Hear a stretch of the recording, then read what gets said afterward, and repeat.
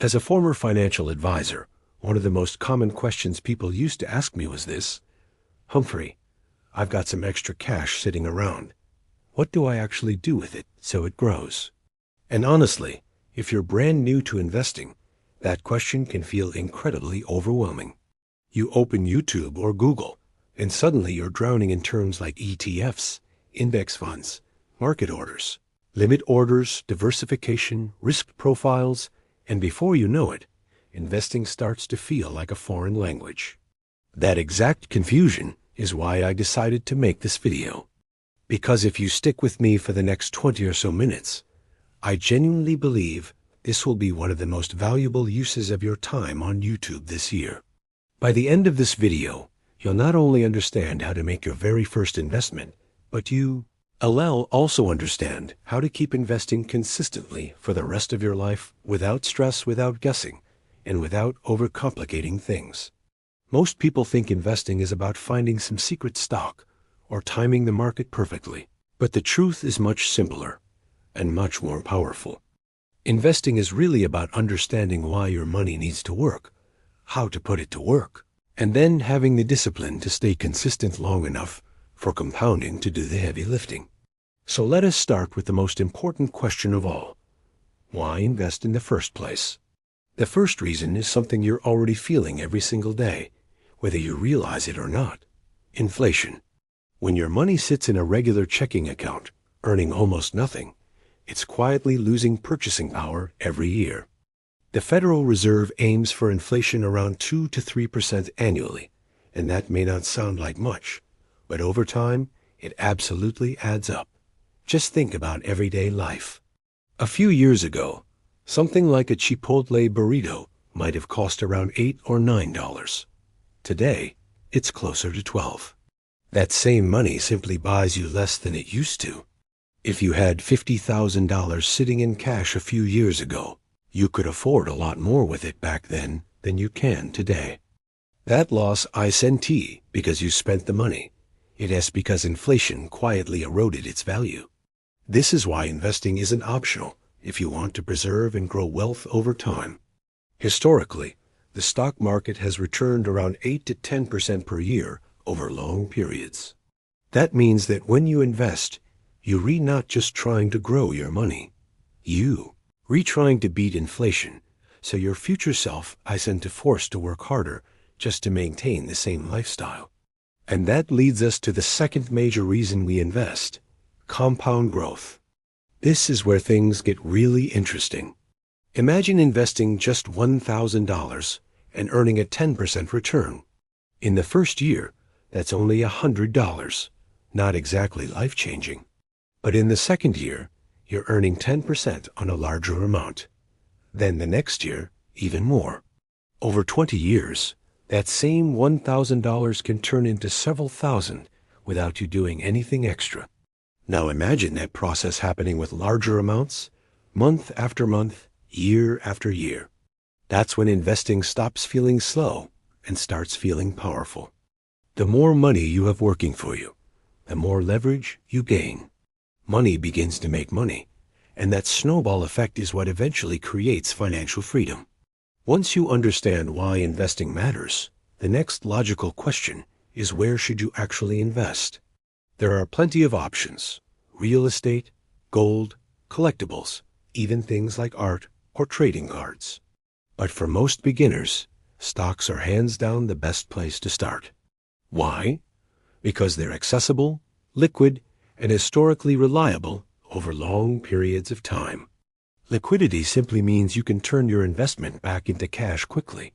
Selling a house can take months. Selling a stock can take seconds. Stocks also offer predictable long-term growth when you stay diversified, and diversification is the key word here. Instead of trying to guess which single company will win big in the future, you can invest in the entire market at once. This is where index funds and ETFs come in, and they're the secret weapon most beginners don't realize they already have access to. An index fund simply tracks a group of companies, like the S&P 500, which represents the 500 largest companies in the United States. When you invest in an S&P 500 index fund, Your money is automatically spread across companies like Apple, Microsoft, Nvidia, Google, Tesla, and hundreds more, all in a single purchase. That means instant diversification, extremely low fees, and no need to constantly watch the market. Historically, the S&P 500 has trended upward over time despite crashes, recessions, and short-term volatility. If you had invested just $100 decades ago and left it alone, it would be worth tens of thousands today, even after accounting for inflation. That's the power of long-term, boring, consistent investing. Now, to actually invest, you need an investment account. Think of this like a bank account, but designed specifically for investing. You generally have two main choices: retirement accounts or regular brokerage accounts. Retirement accounts often come with tax advantages, but your money is typically locked up until a certain age. Brokerage accounts give you more flexibility, but require you to pay taxes when you sell for a profit. Neither option is better. It depends on your goals, income, and time horizon. The good news is that today, you don't need to call a stockbroker or have insider connections. You can open an account online in minutes with platforms like Fidelity, Schwab, or Robinhood, and start investing with as little as a few dollars. One of the biggest mistakes beginners make is trying to pick individual stocks right away. While buying shares of companies like Apple or Nvidia can be profitable, it also comes with higher risk and requires much more research. Even professional fund managers struggle to beat the market consistently. That's why so many financial advisors rely on index funds for their clients. They're simple, diversified, and incredibly effective over time. Instead of trying to find the next big winner, you focus on owning the entire market and letting growth happen naturally. Consistency beats brilliance almost every time. A common fear people have is timing. They worry the market is too high or that they missed their chance.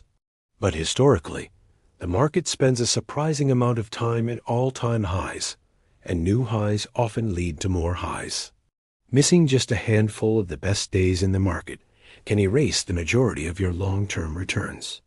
That is why the best strategy for most people isn't trying to predict the perfect entry point. It is simply getting started and staying invested. One of my favorite investing principles is simple: just keep buying. Whether the market is up or down, investing regularly removes emotion and builds wealth steadily over time. This brings us to dollar cost averaging, which is one of the easiest ways to invest without stress.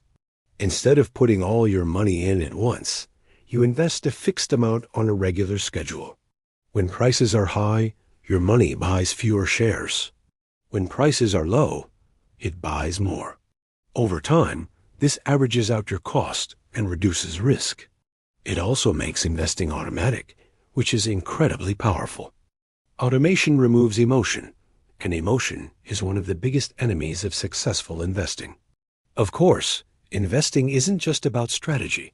It's also about understanding yourself. Your risk tolerance, your income stability, and your time horizon all matter. Someone in their 20s can afford more volatility because they have decades to recover from downturns. Someone nearing retirement needs to be more cautious. Investing always involves risk, and there will be years when the market goes down or stays flat. That's normal. What matters is staying disciplined and focused on the long term. If I were starting from scratch this year, I would do 4 simple things. I'd understand why investing matters. Open a brokerage or retirement account with a simple platform. Invest primarily in a broad market ETF like the S&P 500 and continuously educate myself. The more you learn, the less intimidating investing becomes. It transforms from something scary into something empowering.